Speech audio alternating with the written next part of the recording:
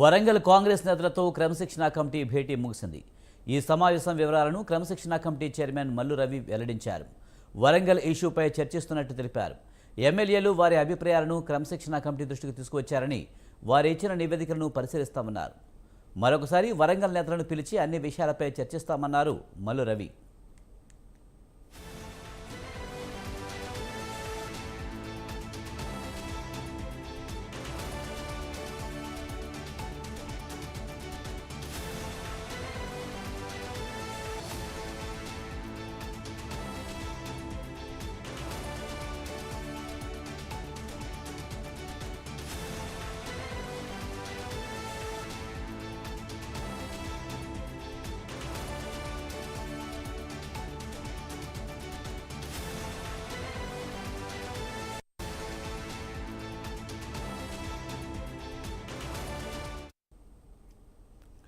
వరంగల్ కాంగ్రెస్ నేతలతో క్రమశిక్షణ కమిటీ భేటీ ముగిసింది.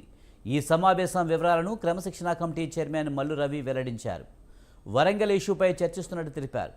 ఎమ్మెల్యేలు వారి అభిప్రాయాలను క్రమశిక్షణ కమిటీ దృష్టికి తీసుకువచ్చారని, వారిచ్చిన నివేదికలను పరిశీలిస్తామన్నారు. మరొకసారి వరంగల్ నేతలను పిలిచి అన్ని విషయాలపై చర్చిస్తామన్నారు మల్లు రవి.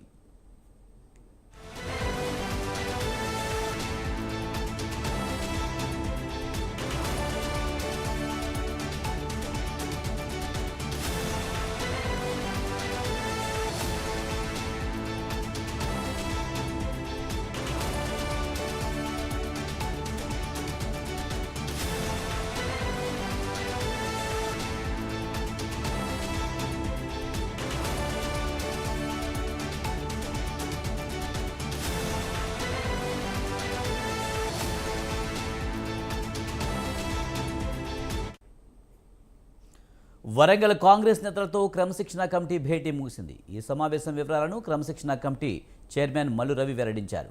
దీనిపై మరింత సమాచారాన్ని మా కరెస్పాండెంట్ ఉషా అందిస్తారు.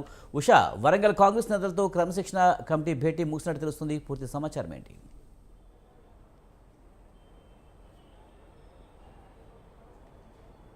విజయ్, వరంగల్ ఉమ్మడి వరంగల్ జిల్లాలో నేతల మధ్య వర్గపోరు ఏదైతే ఉందో ఆధిపత్య పోరు, ఇవి రెండూ కూడా తారాస్థాయికి చేరుకున్నాయి. దీనికి సంబంధించి నెల 8వ తారీఖున క్రమశిక్షణ కమిటీ చైర్మన్ మల్లు రవి ఎదుట హాజరయ్యి వివరాలు ఇవ్వాల్సిందిగా ఇతర నేతలు ఇప్పటికే కొండామురళి గత నెల హాజరయ్యి దాదాపు 6 పేజీల లేఖను కూడా లిఖితపూర్వకంగా ఒక్కొక్క నియోజకవర్గంలో ఒక్కో నేత చేస్తున్నటువంటి ఏదైతే పనులు, అలాగే అధికారాన్ని అడ్డం పెట్టుకొని చేస్తున్నటువంటి దందాలు, వీటన్నిటికీ సంబంధించి కూడా పూర్తిగా మల్లు రవి ఎదుట 6 పేజీల లేఖను కూడా లిఖితపూర్వకంగా ఇచ్చినట్టు లేఖను కూడా చూసుకోవచ్చు. ప్రస్తుతం ఇప్పుడు చూసుకున్నట్టయితే ఈరోజు మల్లు రవి స్టేట్మెంట్ తీసుకున్నటువంటి క్రమశిక్షణ కమిటీ చైర్మన్ ఏదైతే కొండామురళి స్టేట్మెంట్ తీసుకున్నటువంటి మల్లు రవి ఇప్పుడు ఇతర నేతలు నాయని రాజేందర్ రెడ్డి, అలాగే కడియం శ్రీహరి, అలాగే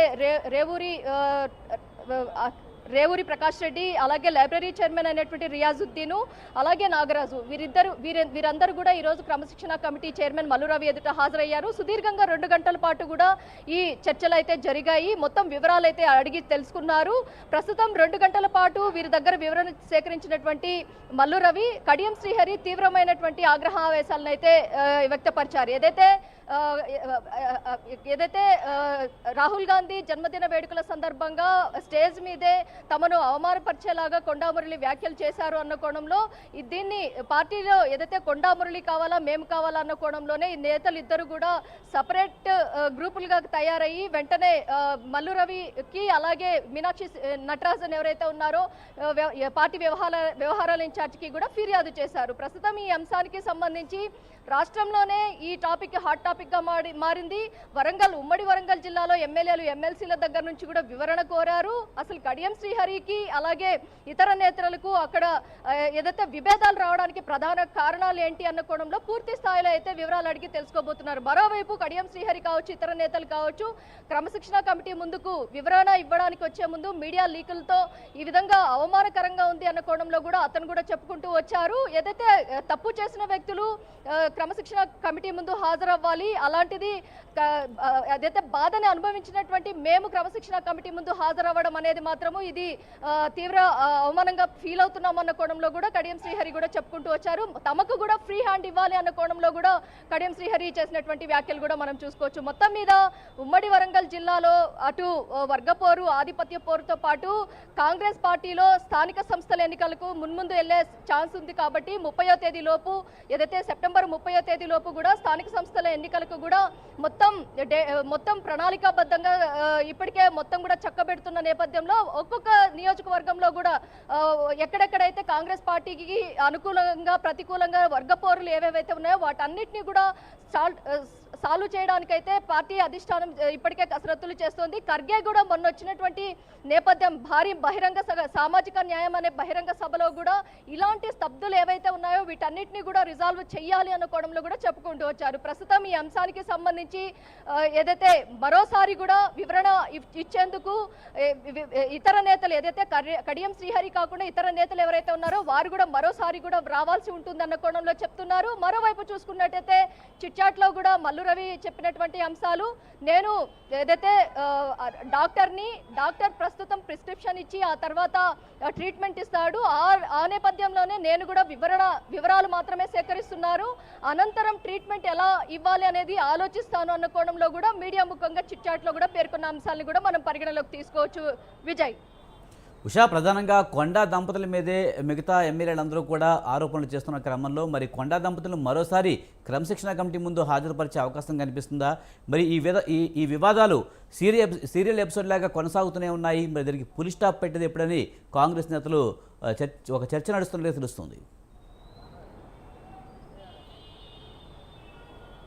మొత్తం మీద ఈ రోజు జరిగినటువంటి వివరణ ఏదైతే ఇతర నేతలు ఏదైతే కొండా మురళి కాకుండా వరంగల్లో ఉన్నటువంటి ఇతర నేతలు ఎవరైతే ఉన్నారో వారి నుంచి వివరాలు సేకరించే నేపథ్యంలో చాలా వరకు కూడా ఏదైతే ఆ రోజు స్టేజ్ మీద కడియం శ్రీహరిని అవమానకరంగా మాట్లాడినటువంటి వ్యక్తి కొండా మురళి, ఏదైతే అతని ముఖ కవళికల గురించి కావచ్చు అలాగే ఇతరత్ర అంశాల మీద కావచ్చు మొత్తం కూడా రౌడీజం చూపిస్తున్నారు కొండా దంపతులు అన్న కోణంలో కూడా అక్కడ ఉన్నటువంటి ఉమ్మడి వరంగల్ జిల్లాలో వీరు కొండా వర్సెస్ ఇతర నేతలు అన్న రీతిలో కూడా అక్కడ ఉన్నటువంటి వాతావరణం మారింది. కాబట్టి దీన్ని ఎలాగైనా సరే చక్కబెట్టాలి అన్న కోణంలో వివరాలు అయితే సేకరిస్తున్నారు. ఇప్పటికే కొండా దంపతులు టీపీసీసీ అధ్యక్షుడి దగ్గర నుంచి అలాగే క్రమశిక్షణ కమిటీ చైర్మన్ దగ్గరకు అలాగే మీనాక్షి నటరాజన్ వద్దకు అలాగే సీఎం రేవంత్ రెడ్డిని కూడా అప్రోచ్ అవడం కూడా మనం చూసుకున్నాము. ప్రస్తుతం నేతలు ఎవరైతే ఉన్నారో నేతల్ని బుజ్జగిస్తారా లేకపోతే ఏదైతే ఈ అసమతుల్యతలు ఏవైతే ఉన్నాయో పార్టీలో విభేదాలు ఏవైతే ఉన్నాయో వీటన్నిటిని కూడా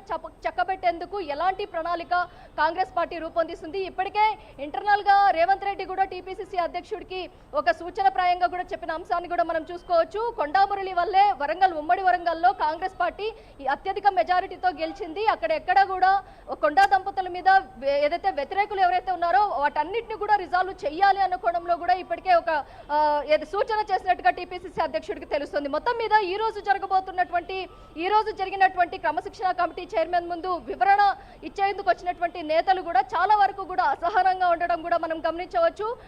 అలాగే ఆగ్రహం కూడా వ్యక్తం చేయడం కూడా మనం చూసుకోవచ్చు. మరోసారి కూడా వివరణలు ఇవ్వడానికి మరోసారి కూడా రావాల్సి ఉంటుంది అన్న కోణంలో క్రమశిక్షణ కమిటీ చైర్మన్ మల్లు రవి ఇచ్చినటువంటి ఆదేశాలు ఉన్నాయో మరోసారి కూడా రావాల్సి ఉంటుంది అన్న కోణంలో కూడా చెప్పుకుంటూ వచ్చారు. మొత్తం మీద వరంగల్లో జరుగుతున్నటువంటి వర్గ విభేదాలు ఏవైతే ఉన్నావో దాన్ని ఖచ్చితంగా చక్కబెట్టేదానికైతే టీపీసీసీ అధ్యక్షుడి దగ్గర నుంచి క్రమశిక్షణ కమిటీ చైర్మన్ వరకు ప్రతి ఒక్కరూ కూడా దీన్ని చక్కబెట్టేదానికే పరిష్కార మార్గంగానే దీన్ని తీసుకుపోతున్నారు. కానీ ఎలా ఇది పరిష్కరిస్తారు? ఏదైతే ఇతర పార్టీల నుంచి వచ్చినటువంటి నేతలు కడియం శ్రీహరి కావచ్చు ఇతరత్రులు కావచ్చు వీరు కాంగ్రెస్ పార్టీలో ఏదైతే దశాబ్ద కాలంగా కాంగ్రెస్ పార్టీనే నమ్ముకుని ఉన్నటువంటి నేతల్ని ఈ విధంగా వ్యతిరేకులుగా తయారవ్వడము పార్టీని ఏదైతే పార్టీలో ఇప్పటి వరకు చూసుకున్నట్టయితే వేర్పాటు వాదాన్ని ఎక్కువగా చేసేందుకు వీళ్ళు ప్రయత్నిస్తారన్నారు అన్న కోణంలో కూడా వారి వర్షన్ వారు చెప్పుకుంటూ వస్తున్నారు. మొత్తం మీద ఈ రోజు జరిగినటువంటి ఈ మీటింగ్ ఏదైతే ఉందో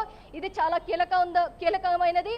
ఈ రోజుతో ఈ సమస్యను ఖచ్చితంగా రిజాల్వ్ చేయాల్సి ఉంటుంది అన్న కోణంలో కూడా మనం చెప్పుకుంటూ వచ్చాము. కానీ ఇది ఎక్కడా కూడా రిజాల్వ్ దిశగా ఏదైతే సమస్యని పరిష్కరించే దిశగా అయితే కొనసాగలేదనేసి తెలుస్తోంది. ఓ పక్క మల్లు రవి ఈ అంశానికి సంబంధించి కట్టడి చేయడానికి ఏదైతే ఏదైతే వర్గ విభేదాలు ఏవైతే ఉన్నాయో వాటన్నిటిని కూడా సమస్యను మొత్తాన్ని కూడా వివరాలు అడిగి తెలుసుకున్నారు. కాబట్టి దీని మొత్తాన్ని కూడా అధిష్టానం ఏఐసీసీకి పంపించే అవకాశం ఉంటుంది. మొత్తం ఈ లిఖితపూర్వకంగా కొండామురళి ఇచ్చినటువంటి వివరణ కావచ్చు, అలాగే ఇతర నేతలు ఇచ్చినటువంటి నాయని రాజేందర్ రెడ్డి, కడియం శ్రీహరి ఇచ్చినటువంటి ఇతర నేతలు ఇచ్చినటువంటి స్టేట్మెంట్ కావచ్చు, వీటన్నిటినీ కూడా ఏఐసీసీకి లేఖ ద్వారా పంపించే అవకాశం ఉన్నట్టుగా అయితే తెలుస్తోంది. Vijay. Right, thank you Usha.